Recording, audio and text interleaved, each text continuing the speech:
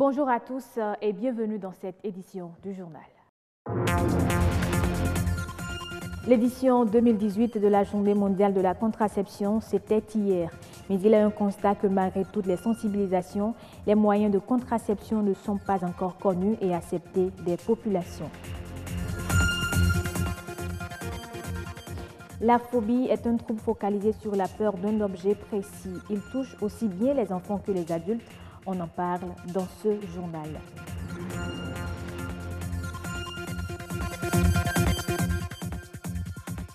Et puis, confectionner des chaussures, ils le font au quotidien. Cependant, les cordonniers béninois doivent faire face à plusieurs difficultés.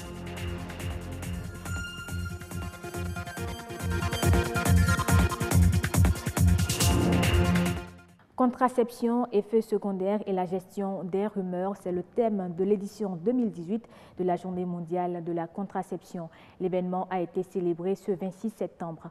L'objectif est d'informer l'opinion publique sur les différentes méthodes qui existent et de guider les jeunes vers un choix juste de contraceptifs.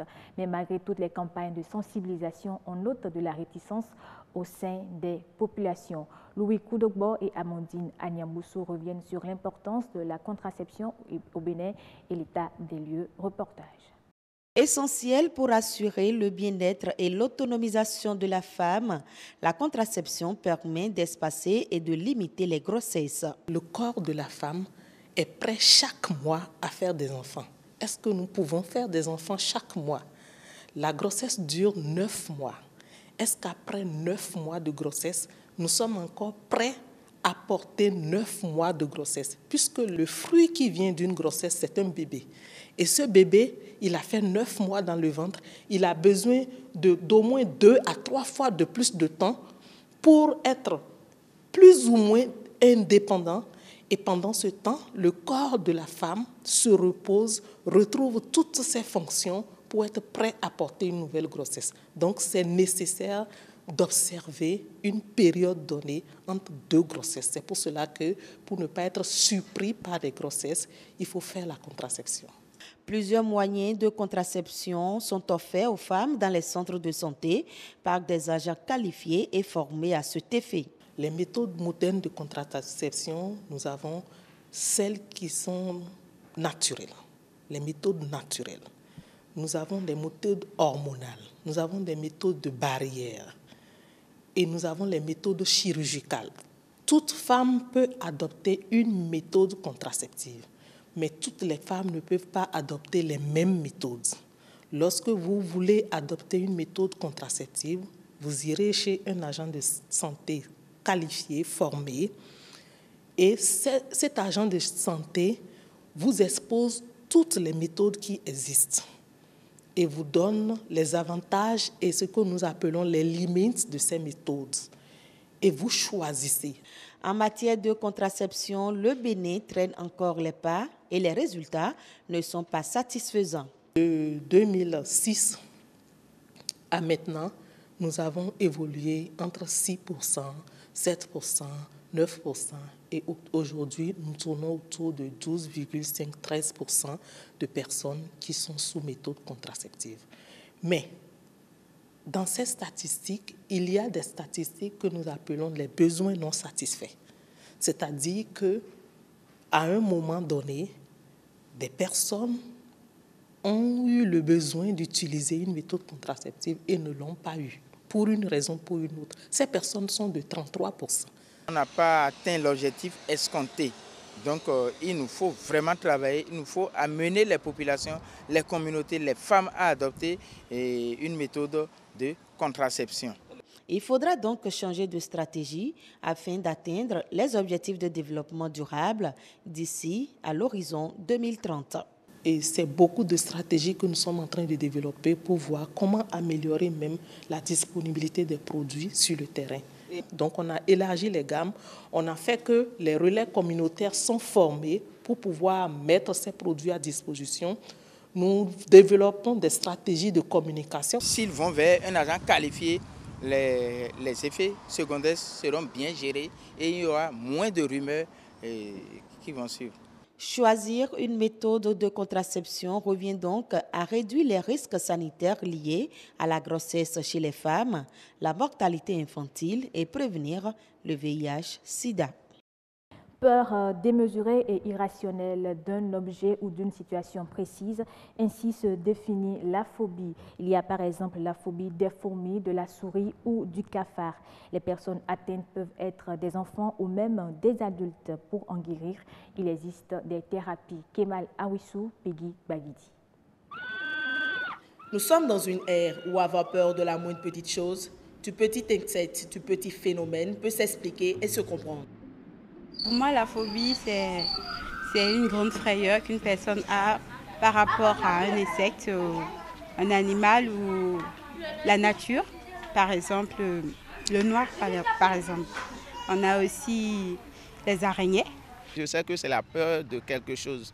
Lorsque tu as peur de quelque chose, c'est-à-dire, lorsque tu as peur de cet arbre, par exemple, on parle de la phobie. Lorsque tu vois le cafard et tu as peur, c'est la phobie aussi. Lorsque tu vois le serpent et tu as peur. Bon, la phobie, c'est cette peur qu'on ne voit pas venir, mais qui vient et qui active des choses au niveau de notre corps. Qu'est-ce que je dis par là? C'est-à-dire, on a souvent la phobie des insectes. Très souvent, c'est ce qui est récurrent et chronique. Le cerveau inférieur nous joue des tours. C'est-à-dire, lui se représente l'image comme quelque chose de géant et actionne au niveau de notre hippocampe un truc de grave qui crée une autre image et nous générons ici cette phobie. Donc, ça se déclenche pour un oui, pour un non.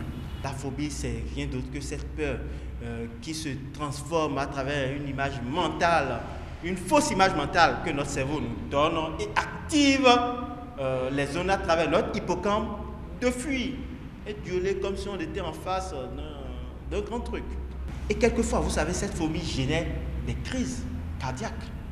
La phobie, cette peur extrême qu'on développe, est présente de façon réelle dans notre quotidien. J'ai souvent peur du noir, des araignées. La souris. Je n'aime du tout pas ça. Si je la vois, je monte sur un support. Je me précipite pour chercher une échelle. Lorsque je vois ça, j'ai des frissons. Je ne suis pas à l'aise dans ma peau. J'ai la chair de poule. Quand je vois un lézard, j'ai tendance à vouloir sauter jusqu'à en mourir. Moi, quand je vois la femme grosse, j'ai peur. Fort de ce constat, un traitement est-il disponible et accessible à la population pour atténuer ou endiguer le mal? Nous, on a des techniques que nous mettons en place, des techniques émotionnelles, quel que soit le type de phobie dont vous souffrez, ça va vous passer. Donc, nous mettons en place la luminothérapie, la psychothérapie, et nous actionnons les points pour pouvoir équilibrer les choses au niveau du cerveau. D'abord, pour prévenir la phobie, c'est d'être plus conscient, d'aborder calmement les choses, d'éviter tout ce qui est drogue, parce que tout ça agit sur nous, et d'éviter d'être anxieux tout le temps. Tout ça aussi est un problème biologique, d'abord, avant d'être psychologique. D'arrêter d'entrevoir le futur à travers le fil de la peur, c'est l'anxiété. Et d'être tout le temps paniqué, et d'avoir la confiance en soi, l'estime de soi, l'amour de soi, et donc l'image de soi. Petite frayeur, grande peur, nous en sommes tous ou presque confrontés. Reste à savoir comment canaliser pour ne pas tomber dans les excès. Ils sont connus pour leur dextérité dans la confection des chaussures. Avec tous leurs matériaux, les cordonniers au Bénin travaillent d'arrache-pied pour satisfaire leur clientèle. Malgré leurs efforts, ils sont confrontés à la concurrence que livrent les chaussures importées. Marcel Betoro s'est rendu dans un atelier de cordonnerie. Reportage. Nous sommes à Kokotomé, dans l'arrondissement de Godomé. À quelques mètres de la route inter-État Cotonou-Ouida, cet atelier retient notre attention.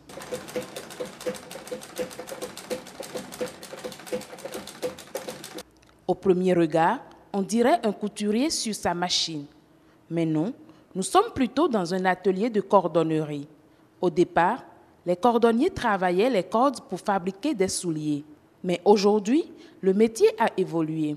La cordonnerie, c'est la fabrication la réparation des chaussures, ceintures et sacs. Pour fabriquer une chaussure, on a premièrement besoin du patron, le modèle que vous voulez fabriquer. Après ça, il y a la matière cuir. Ici, nous avons du cuir marron. Après le cuir, vous avez la semelle. Ici, c'est la semelle. Ici, vous avez le cuir, un autre cuir qui n'est pas du vrai cuir. On met ça à l'intérieur. Vous avez le chiffon. Pour fabriquer une chaussure, on a forcément besoin de la colle. De la commande d'une paire de chaussures à la confection, le processus est bien connu. Il faut d'abord couper et tracer la semelle, le carton, le chiffon, et puis bourrer l'intérieur. Et après ça, je coupe la semelle et la garniture autour. Donc quand tu as ceci, maintenant tu peux monter l'empeigne là-dessus. C'est ça qui forme la chaussure. Avec 2 heures de temps, vous pouvez fabriquer une chaussure. Ça peut être simple. Quand il s'agit de babouche ou bien une chaussure fermée, là ça prend beaucoup plus de temps. La mode vestimentaire évolue, la clientèle devient exigeante, mais la non-disponibilité de la matière première pose problème. Les difficultés liées au métier de la cordonnerie sont surtout les matières premières qui nous coûtent un peu cher. Parce que vu le coût des matières premières et le prix de vente, vraiment c'est ça qui pose un peu de problème. Le marché de consommation n'est pas des meilleurs. Les chaussures importées livrent une concurrence qui ne dit pas son nom à celles fabriquées par les cordonniers. Il y a certains qui connaissent la qualité. Quand on dit que c'est les cordonniers qui l'ont fabriqué, ils savent en même temps que ça, c'est la qualité. C'est de la matière cuir. Mais d'autres, avec les chaussures qui viennent sur le marché, c'est un peu difficile. En dépit de toutes ces difficultés rencontrées, le métier de cordonnerie nourrit son homme. En attendant un jour d'arriver à s'imposer sur le marché, Tigba Hilaire continue de satisfaire ses clients avec l'espoir d'un avenir dans le métier. Le gouvernement du Japon a fait un don d'1 milliard de francs CFA au gouvernement congolais pour la sécurité alimentaire et la lutte contre la malnutrition en milieu scolaire. Ce don vise la prise en charge de près de 54 000 élèves répartis dans 310 écoles de 7 départements du Congo, avec une attention particulière sur 65 écoles qui font la promotion de l'éducation des enfants autochtones. C'est un geste qui va contribuer à l'amélioration de la qualité de l'éducation, à la formation d'une élite responsable et à la lutte contre la déperdition scolaire observée dans certaines localités du pays à cause du manque de soutien. Dans son rapport trimestriel sur la situation des marchés financiers, la Banque des règlements internationaux a mis en garde contre les risques de rechute de l'économie mondiale. Elle prévient qu'il y aura cette fois peu de traitements à disposition. Cette institution internationale qui se présente comme la banque centrale des banques centrales a estimé que le traitement de choc administré par les banques centrales après la crise financière de 2007-2008 sous forme de taux d'intérêt inhabituellement et durablement bas a permis de soutenir l'économie, mais non sans provoquer des effets secondaires. Fin de ce journal. Merci de l'avoir suivi. Je vous retrouve avec plaisir à 19h45 pour d'autres informations.